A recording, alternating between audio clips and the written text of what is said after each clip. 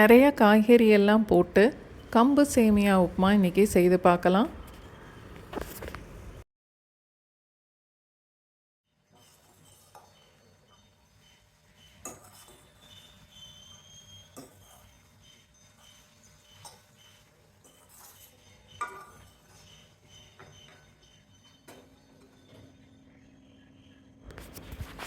நான் இந்த உப்புமா செய்கிறதுக்கு அனில் பிராண்டு கம்பு சேமியா தான் இன்றைக்கி யூஸ் பண்ணுறேன்.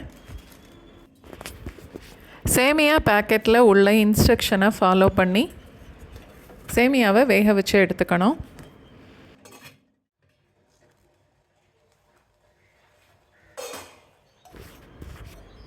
தாளிக்கிறதுக்கு எண்ணெய் சேர்த்துட்டு கடுகு, நிலக்கடலை, கடலைப்பருப்பு எல்லாம் சேர்த்துட்டு கொஞ்சம் செவக்கிற வரைக்கும் வதக்கணும்.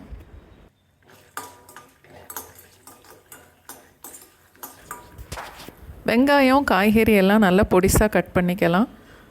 மிளகா லேசாக கீறிட்டு சேர்த்தாலே போதும். கடலையெல்லாம் இந்த அளவுக்கு செவந்த உடனே காய்கறி எல்லாம் சேர்த்து கொஞ்சம் வதக்கிட்டு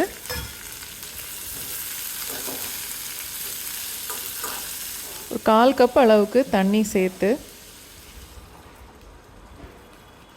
மூடி போட்டு வேக விடணும்.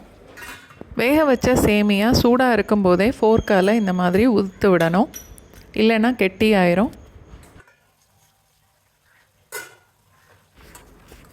காயெல்லாம் நல்லா வெந்ததுக்கப்புறம்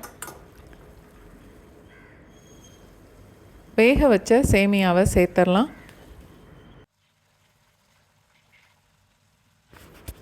அதோட தேவையான அளவுக்கு உப்பு சேர்த்துட்டு பொடிசாக வெட்டி வச்சுருந்த மல்லி இலையும் சேர்த்துடலாம். எல்லாம் சேர்த்து நல்லா கலந்துட்டு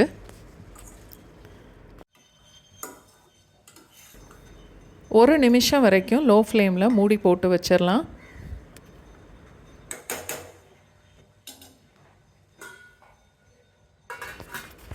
நல்ல ஹெல்த்தியான டேஸ்டான கம்பு சேமியா உப்புமா இப்போ ரெடி ஆயிடுச்சு.